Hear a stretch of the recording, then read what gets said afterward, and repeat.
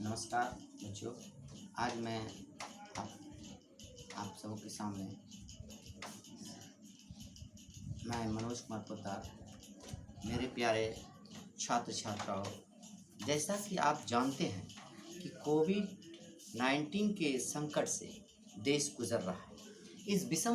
इस विषम परिस्थिति में छात्र छात्राओं के भविष्य को देखते हुए शिक्षकों के सामने सरल तरीके से पठन पाठन करना एक चुनौती भरा कार्य।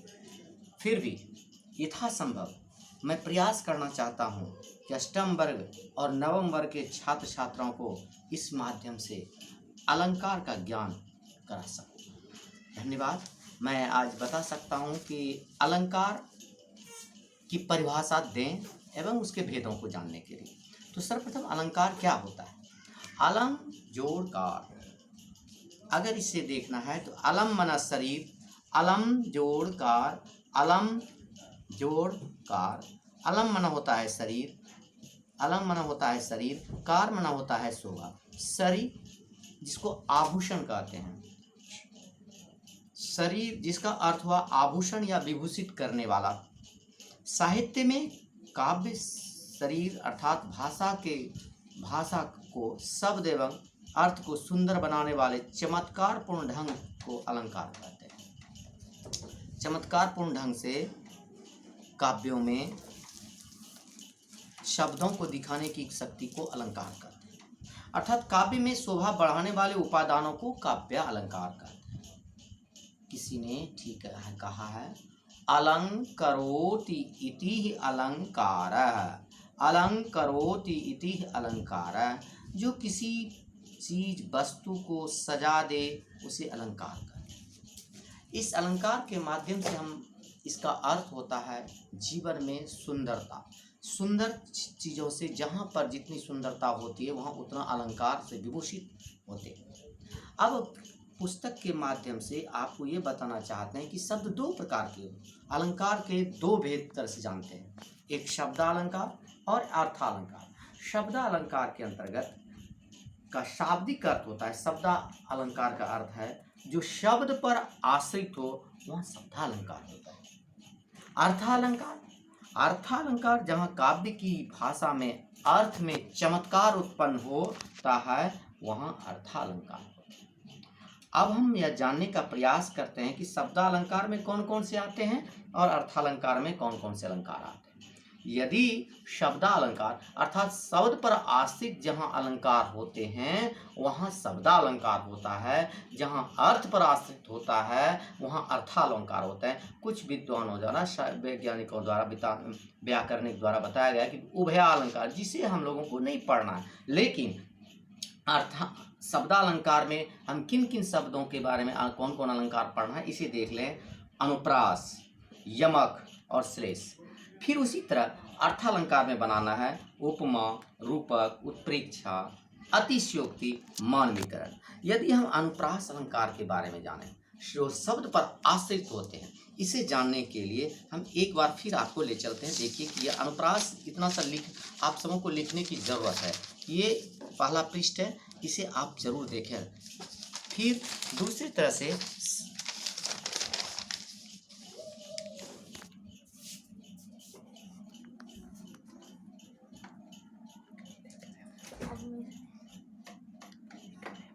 इसे लिख सकते हैं, अपने कॉपी में लिख लें।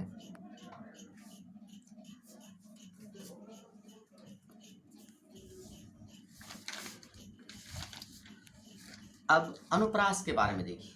अनुप्रास के बारे में किसी काव्यों में या काव्यों में जिस वाक्य या काव्यों में एक ही वर्णों की बार बार आवृत्ति होती है वहाँ अनुप्रास अलंकार कहते हैं।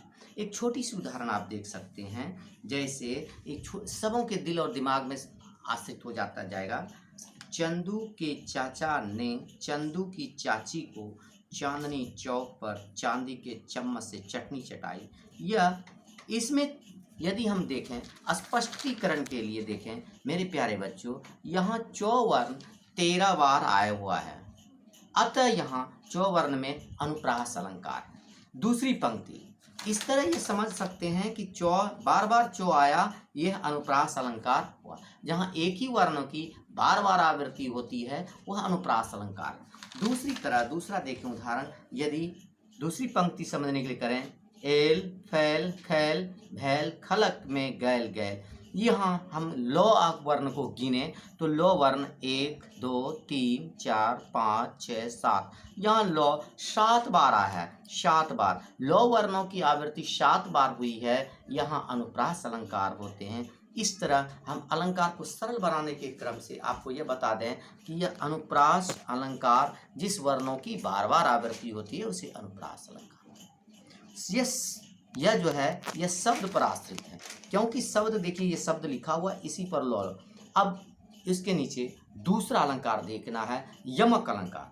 यमक अलंकार इसको पहले देख लीजिए, यमक य म क यमक अलंकार एक संक्षिप्त सा तरीका है यमक अलंकार को देखने का, कि जब किसी काव्य या कविता में एक ही शब्द बार बार आए और उनके अर्थ भिन्न भिन्न हों तो वहाँ यमक अलंकार होते हैं। यमक अलंकार का अर्थ हम बता रहे हैं कि यदि शब्द 2 बार आए और अर्थ उसके भिन्न भिन्न होते हैं या अर्थ उसके भिन्न भिन्न हो जाते हैं तो वहाँ यमक अलंकार होते हैं। निष्कर्षतः कहा जा सकता है कि शब्द पुनः पुनः आते हैं लेकिन अर्थ अलग अलग होते हैं, वहाँ यमक अलंकार होते हैं। जैसा कि कनक कनकते 100 गुने मादकता अधिकार, इही खाए पौराय जग उही पाए बोराय। यह कनक कनक यहाँ यदि हम इसका स्पष्टीकरण समझें तो समझ में आएगा।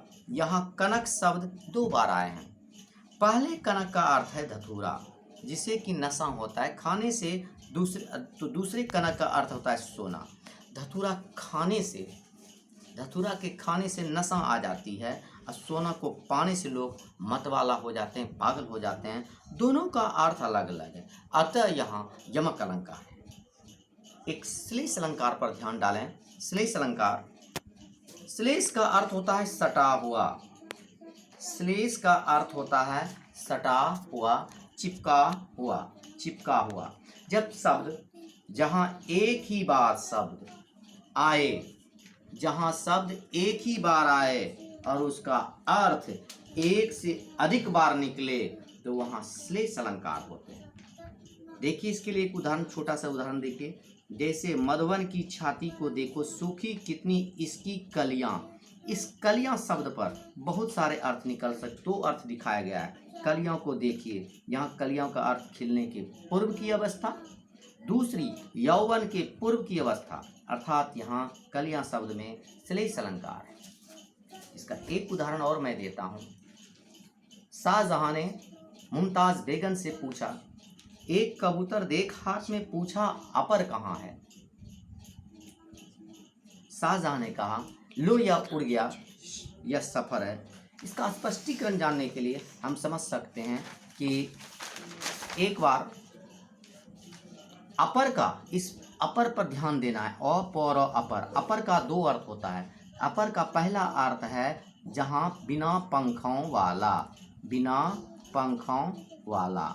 दूसरा अपर माने दूसरा आदमी, दूसरा कहाँ है।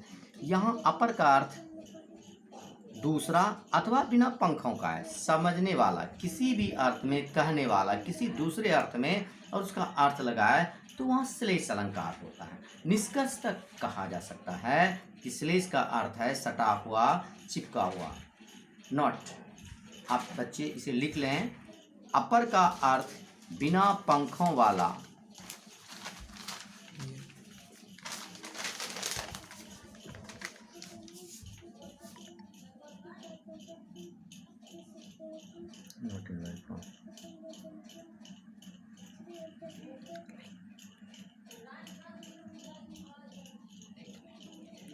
इसे लिख लें साफ सुथरे शब्दों में, कॉपी में लिख लें, या 8 वर्ग और 9 वर्ग के लिए दोनों के लिए कामयाब हो जाएगा।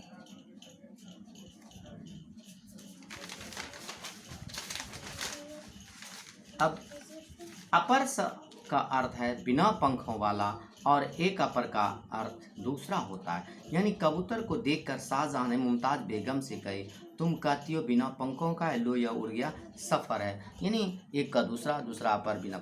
इस प्रकार यह स्पष्टीकरण हुआ। मेरे प्यारे बच्चों, आज हमने आपको शब्दालंकार पर आश्रित बातों को बताया। अब अगले दिन हम आपको अर्थालंकार पर बातचीत करेंगे। इसे भी लिख लें, साफ सुथरे शब्दों में लिख लें, स्पष्ट रूप से तैयार किया गया है, इसे लिख लें। ये आगे काम करेगा 8 वर्ग के लिए और नवम वर्ग के लिए।